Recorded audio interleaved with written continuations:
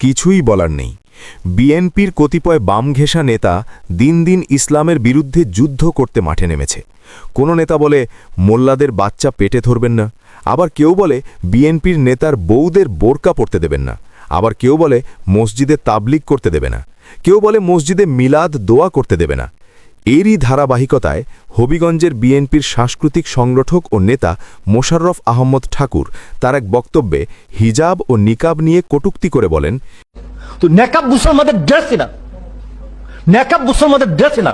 ইহুদি নারীরা যখন যখন অন্য ব্যবসাবৃত্তি করতো অথবা অন্য কোনো নিষিদ্ধ কার্যক্রম করতো তখন নেকাব করতো। আস্তাগফিরুল্লাহ। তারই বক্তব্যের পর সামাজিক যোগাযোগ মাধ্যম সারা দেশে ব্যাপক প্রতিক্রিয়ার সৃষ্টি এবং প্রতিবাদের ঝড় উঠেছে। আপ বাংলাদেশের মুখপাত্র শাহরিন সুলতানা ইরা প্রতিবাদের ভাষায় বলেছেন, বেশ্যাদের সাথে চলাচল বেশি থাকলে সবাইরে বেশ্যা মনে হবে, এইটাই স্বাভাবিক।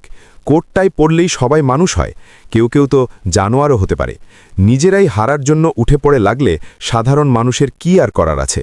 এই মন্তব্যকে অশোভন ও আপত্তিকর আখ্যা দিয়ে এর তীব্র নিন্দা জানিয়েছেন ইসলামী ছাত্র শিবিরের সভাপতি নুরুল ইসলাম সাদ্দাম। সোমবার সামাজিক যোগাযোগ মাধ্যম ফেসবুকে দেওয়া এক পোস্টে তিনি বিএনপি নেতা মোশাররফ আহমদ ঠাকুরের বক্তব্যকে ধৃষ্টতাপূর্ণ ও অজ্ঞতাপ্রসূত বলে উল্লেখ করেন। একই সঙ্গে তিনি মন্তব্য করেন, নিকাব কোনো সাধারণ পোশাক নয়, এটি মুসলিম নারীর ধর্মীয় পরিচয় ও শরীয়ত সম্মত পর্দা পালনের একটি রূপ। পোস্টে শিবির সভাপতি উল্লেখ করেন, কোরআনে পর্দা ও শালীনতা রক্ষার বিষয়ে স্পষ্ট নির্দেশনা রয়েছে। সেই আলোকে নিকাবকে উপহাস করা ইসলামী বিধানের প্রতি অবজ্ঞা প্রকাশ করে। তিনি আরও বলেন, সংশ্লিষ্ট বক্তব্য কেবল ধর্মীয় অনুভূতিতে আঘাতই নয়, বরং মুসলিম নারীদের মৌলিক অধিকার খর্ব করার প্রচেষ্টা। নুরুল ইসলাম সাদ্দাম তার বক্তব্যে সংবিধানের ধর্ম পালনের স্বাধীনতার কথাও তুলে ধরেন। তিনি স্মরণ করিয়ে দেন, দেশের সংবিধান ও আন্তর্জাতিক মানবাধিকার সনদ ধর্মীয় বিশ্বাস ও তার প্রকাশের অধিকারকে স্বীকৃতি দিয়েছে। সেই প্রেক্ষাপটে ধর্মীয় অনুশাসন নিয়ে কটূক্তি কোনোভাবেই গ্রহণযোগ্য নয়। তিনি বলেন, ইসলামের বিধান নিয়ে বিদ্রূপ করা কোনো রাজনৈতিক কৌশল হতে পারে না। বিশ্বাসের জায়গাকে হেয় প্রতিপন্ন করে রাজনীতি বন্ধ করার আহ্বান জানান তিনি। বিএনপি নেতার নিকাব নিয়ে কুরুচিপূর্ণ মন্তব্যের প্রতিবাদে মানববন্ধন করেছে জগন্নাথ বিশ্ববিদ্যালয় শাখা ইসলামী ছাত্রী সংস্থা।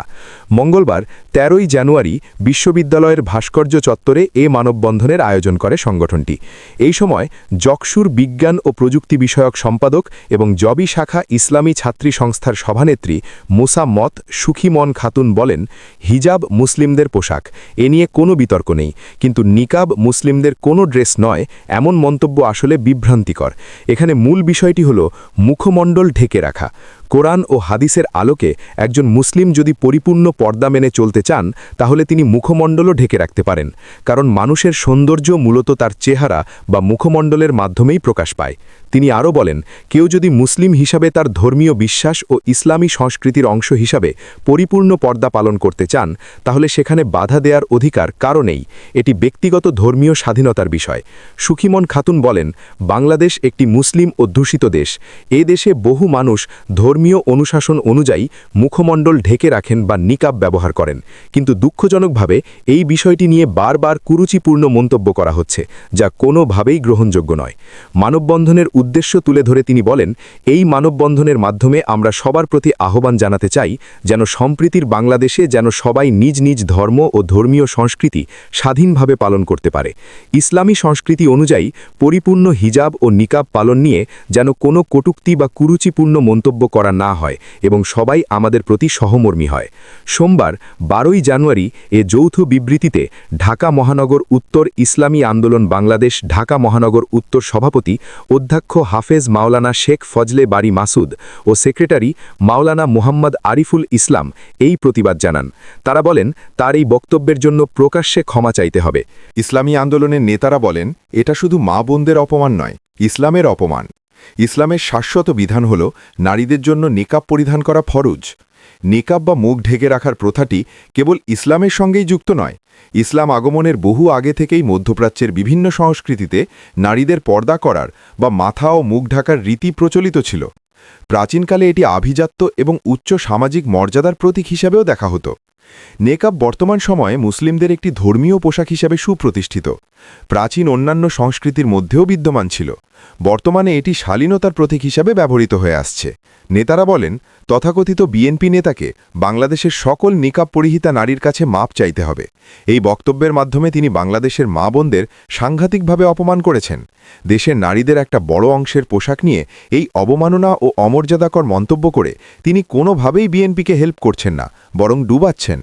অন্যদিকে নিকাব নিয়ে কটূক্তিকারীর বিরুদ্ধে ব্যবস্থা গ্রহণের দাবিতে মানববন্ধন করেছে ইসলামী বিশ্ববিদ্যালয়ের ইবির নারী শিক্ষার্থীরা। মঙ্গলবার ১৩ই জানুয়ারি বিশ্ববিদ্যালয়ের প্রধান ফটকের সামনে মানববন্ধন করে তারা। এ সময় বিশ্ববিদ্যালয়ের বিভিন্ন বিভাগের নারী শিক্ষার্থীরা উপস্থিত ছিলেন।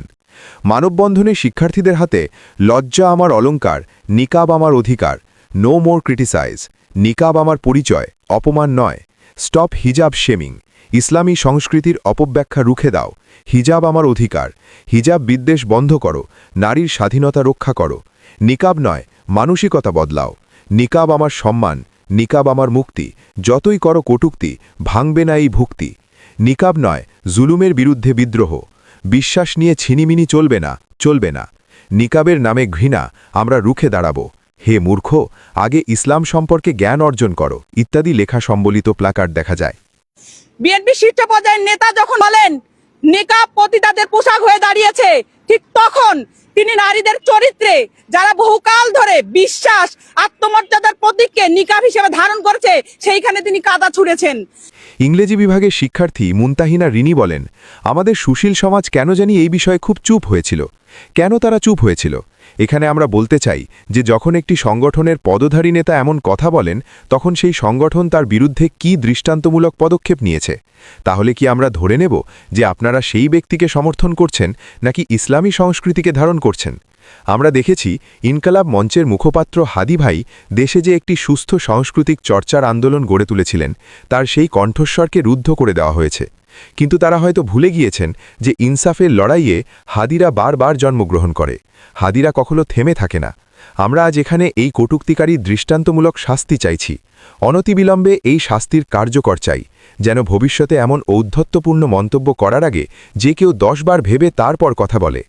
বায়োটেকনোলজি অ্যান্ড জেনেটিক ইঞ্জিনিয়ারিং বিভাগের ১৮-১৯ শিক্ষাবর্ষের শিক্ষার্থী সাদিয়া মাহমুদ মিম বলেন, সূরা নূরের ৩১ নম্বর আয়াতে মহান আল্লাহ বলেছেন, হে মুমিনগণ, তোমরা তোমাদের সৌন্দর্য প্রদর্শন করো না।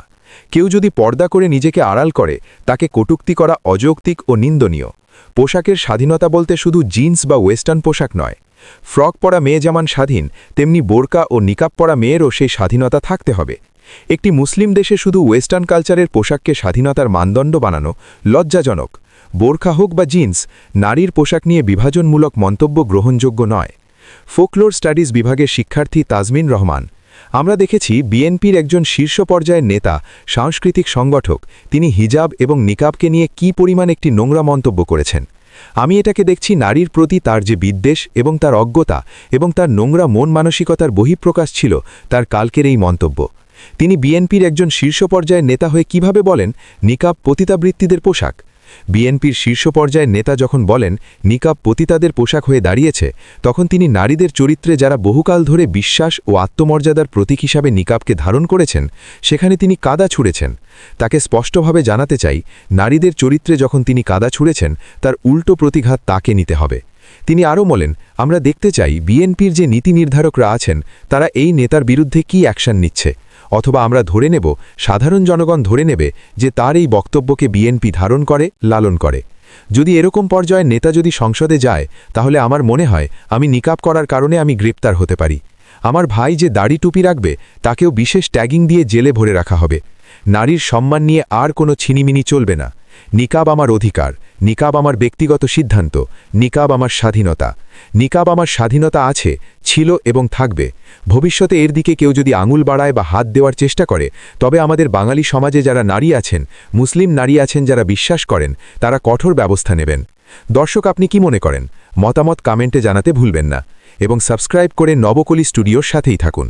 সচেতন সমাজ গড়ার পথে একসাথে হোক পথ চলা।